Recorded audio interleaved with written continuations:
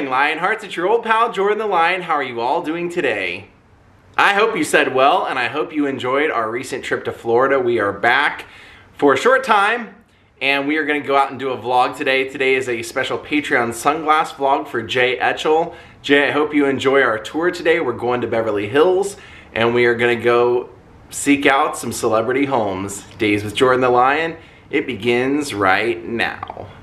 Well, good to see you, my friend. Did you miss us all? You haven't been on the vlog for a while. Good to see you, Ja. How are you, brother? Look at that handsome face. All right, we've made it over to Beverly Hills.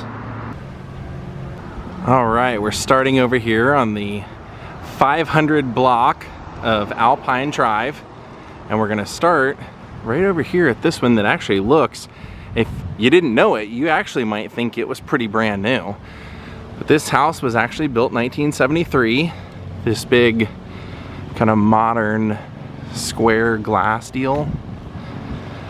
Built in 1973, and this was the last home of the great Walter Matthau. Comedic genius, rubber face.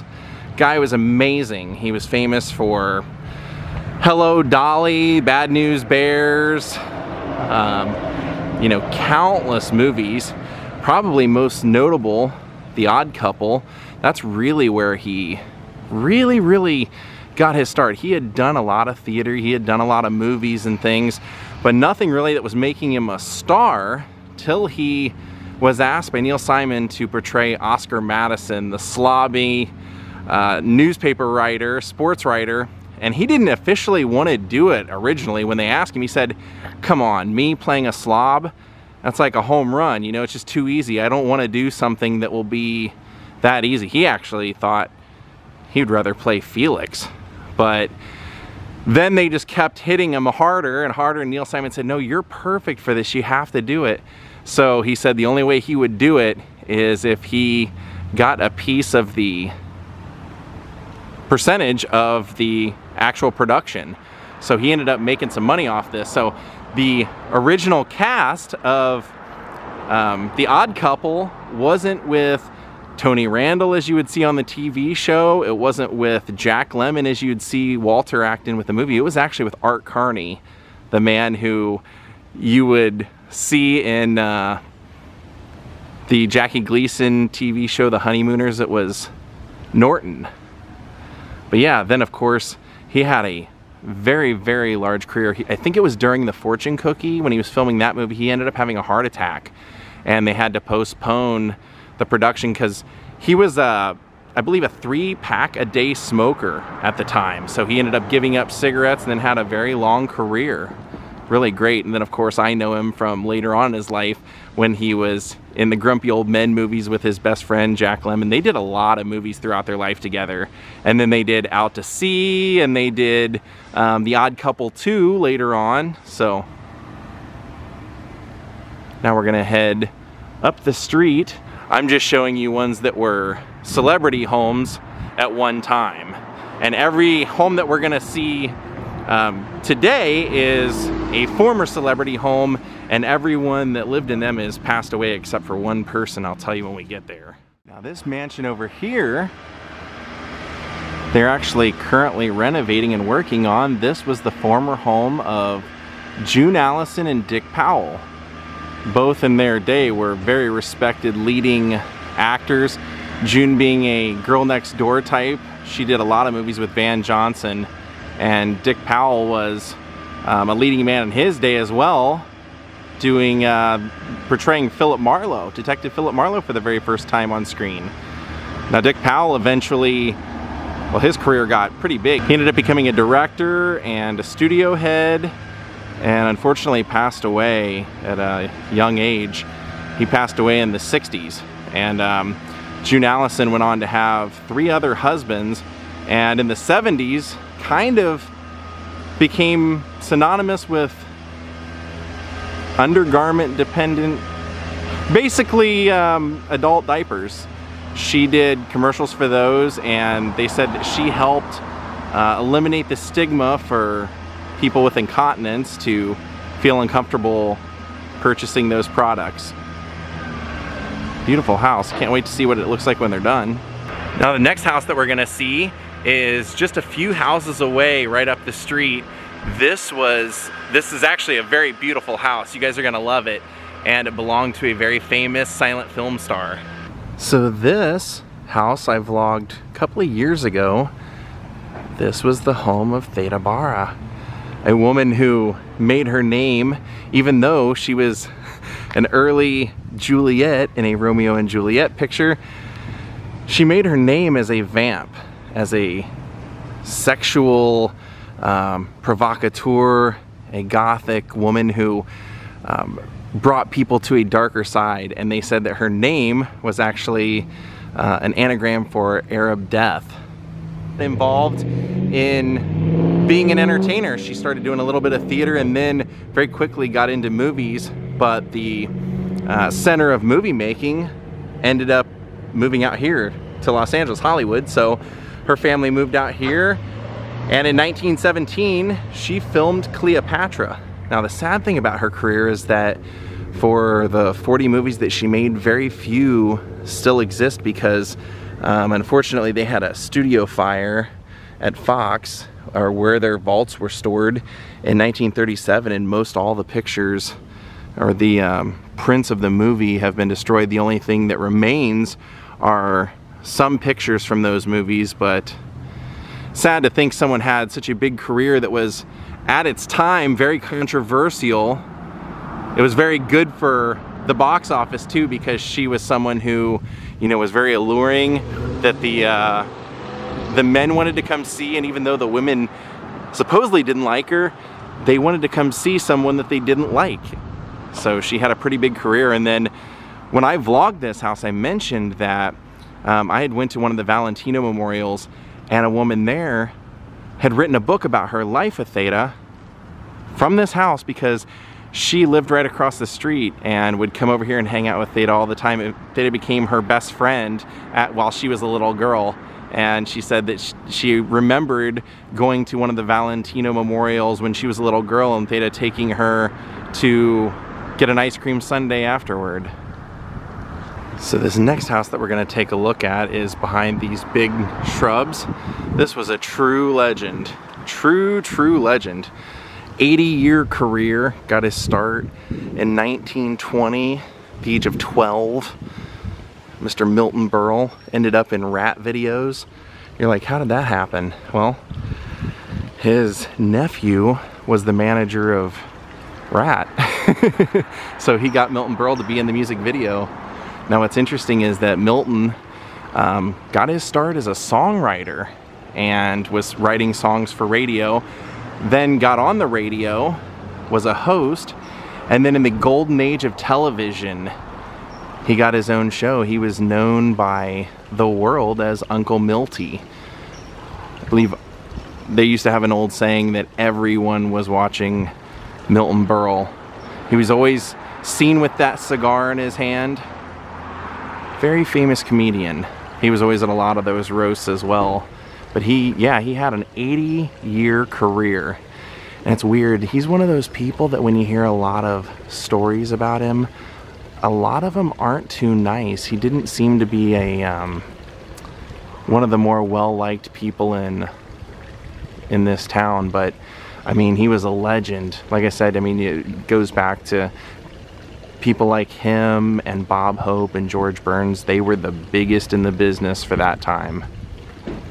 Pretty neat house though.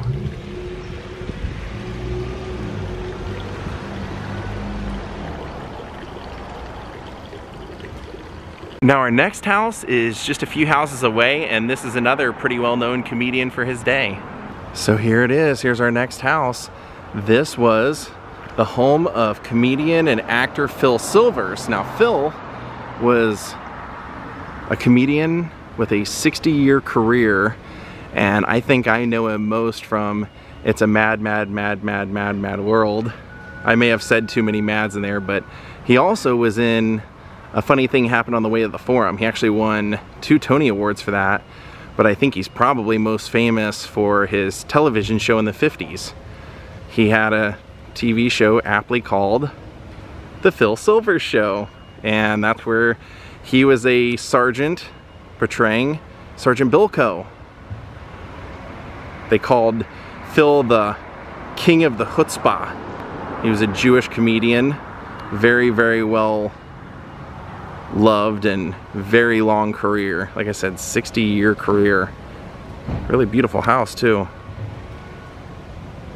Now this is our next house. They're actually working on rebuilding it or renovating it now, and it is massive. It takes up the entire block, going all the way back there, all the way around the side.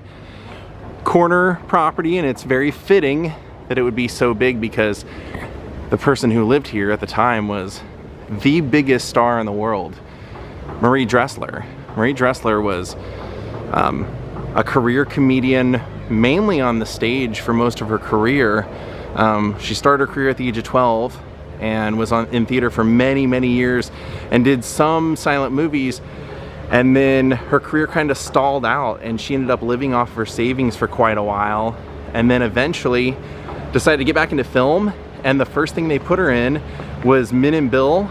And it was a success, and she won an Academy Award for that. Now she was also has the fame of being in the very first full-length motion picture, Tilly's Punctured Romance, with Charlie Chaplin and Mabel Normand. But this was her house. Marie ended up dying at the age of 65, but at the time I believe I had read in other books that she had the largest dressing room on the lot, on the studio lot at that time. So the house behind this shrubbery wall was the former home of the only person that we're talking about today that's still alive. This was the former home of Gene Hackman. Gene's probably most known for French Connection or Mississippi's Burning, Hoosiers, Poseidon Adventure. Guy's done tons and tons and tons of movies. He's as good at dramatic stuff as he is comedy, and if you remember when I interviewed Joanna Cassidy, she told me that he was one of the greatest she ever worked with. She said there was just he was so professional, he expected everyone to know what they were doing on set or he would walk off, and that he was a true professional. Now he ended up retiring. He had a 60-year career and then ended up retiring from film to work on his novel. So he now lives, as far as I know, in Santa Fe, New Mexico, and is a novelist. But he won a couple of awards for his acting and had a great, fantastic career. I always love him in the Royal Tenenbaums. I know that's not one of the most popular he was in, but he's so good in that. Then of course, like I said, I love Hoosiers. Poseidon Adventure because my friend Shelly was in it, and she actually told me when she was alive that she didn't really like him. She said that he insisted on getting top billing in the Poseidon Adventure over her, and that she was a bigger star at the time in her mind. And she said then her big scene was supposed to be saving him while he was underwater, and when they went to do the scene, he refused and said that's not what my character would do. He would save her, and so they reversed the roles, and that really infuriated her. So she told me when he was supposed to be saving her and bringing her back up, she actually pulled him down and tried to drown him. This was his house. And then another big star who was in Min and Bill with Marie Dressler, who we just talked about, his house is the next one, just a few houses down. Now this is our next house right here. This was the home of Wallace Beery. Now I try not to generally say too many negative things about people on my vlog, but there are so many stories about how bad he was.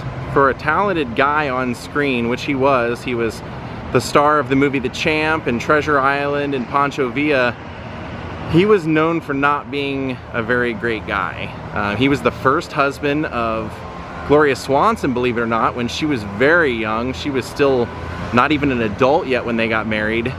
And that was mainly the problem, was that their age difference was significant. I think he was 30 and she was 16 or 15, something like that. But he has a lot of stories wrapped up with him. I remember reading about how child actors that worked with him in like Treasure Island and stuff said that he was very mean on set to the kids. If they were doing a close-up or something, he would take like a needle or something and be like jabbing them in the side, trying to mess them up, and you know, just a very cruel humor. And then he's also kind of attributed with the, even though it's not been proven, a lot of people allegedly believe he was behind the beating death of Ted Healy. Up at the Trocadero, Ted was beaten by 3 men. Some of the stories are that it was a college group, and some was that it was Wallace Beery and Albert Cubby Broccoli. And that what happened was, it happened the night before Wallace was to take off on a overseas trip on a boat, and so they beat Ted up and he died basically the next day, and Wallace Beery got on a boat over to film a movie overseas, and it basically all just went away. But he was the biggest star of his day, right there with Marie Dressler. He was the biggest talent on that lot. And it's also kind of interesting to me that both of them would be, and Min and Bill, both be the respective biggest stars at the studio, and then they would live on the same street, on the same block, at opposite ends of the block, both on the corner lot. It is a beautiful property, but it's kind of sad when you've read all the stories about him that I've read. Well, here we are at our next house. This is a kind of a hilltop property, and this is a great one. He's not necessarily a TV star, though he was on TV and known for that.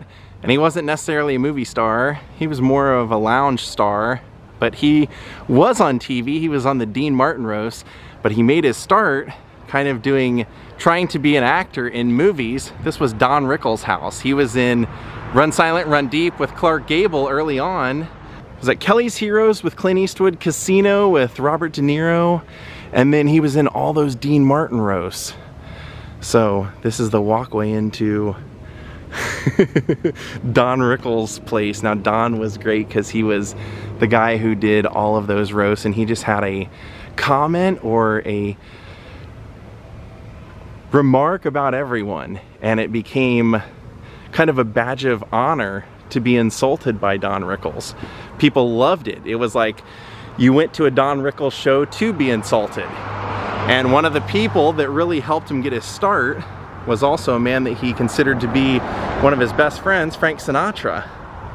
See, Frank, I believe it was that Don was performing in Jersey, and Frank's mother had seen him and liked him and told Frank he should go see him.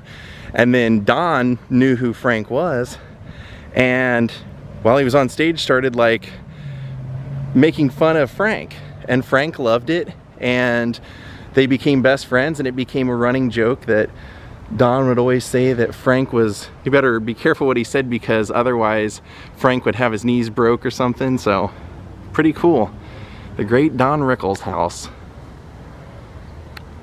One of the things that was kind of interesting about Don Rickles that he used to appear on Jimmy Kimmel Live a lot at the end of his life, and turns out that Don had befriended a lot of younger comedians, so people like Jeff Ross and John Stamos and those kind of people. They were all great friends with Don and would come hang out with him right up until his death. I remember when he passed away, everyone had like a big gathering on the Jimmy Kimmel show, Bob Saget and all those guys talking about just how great of a mentor that Don was and how great of a friend he really was. They said, you know, he would make fun of you and bash you, but he really did have a heart of gold.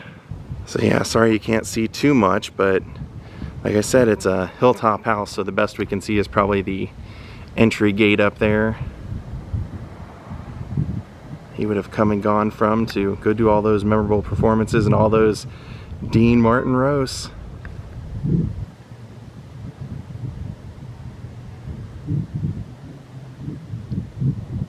Now we have one more house to see here on Alpine Drive, and it's further up the hill, so I'm hoping we can see it, but if not, I'll at least tell you whose house it was because I used to watch this show on Nick at Night when I was growing up. So this is the location of where our next house was supposed to be and our last house, but it's been demolished and the house number's even been changed, but what used to be here was one of the former homes of Donna Reed, who was on the Donna Reed Show. And of course we know her from the Christmas classic, It's a Wonderful Life. She played Mary. You can tell because the house address that used to be here, 929, is completely gone and been renumbered to 935. It's still a cool place, but yeah, sometimes that's what happens when you find a listing and you go to see it, it's been torn down. All right, my friends, we're gonna call it a day. Thank you, Kelly Frost, Patty Arnett, and Rebecca Stone for becoming my newest Patreons. Thank you all for watching. I hope you enjoyed this tour of Alpine Drive. We'll see you all next time. Have a great night and goodbye.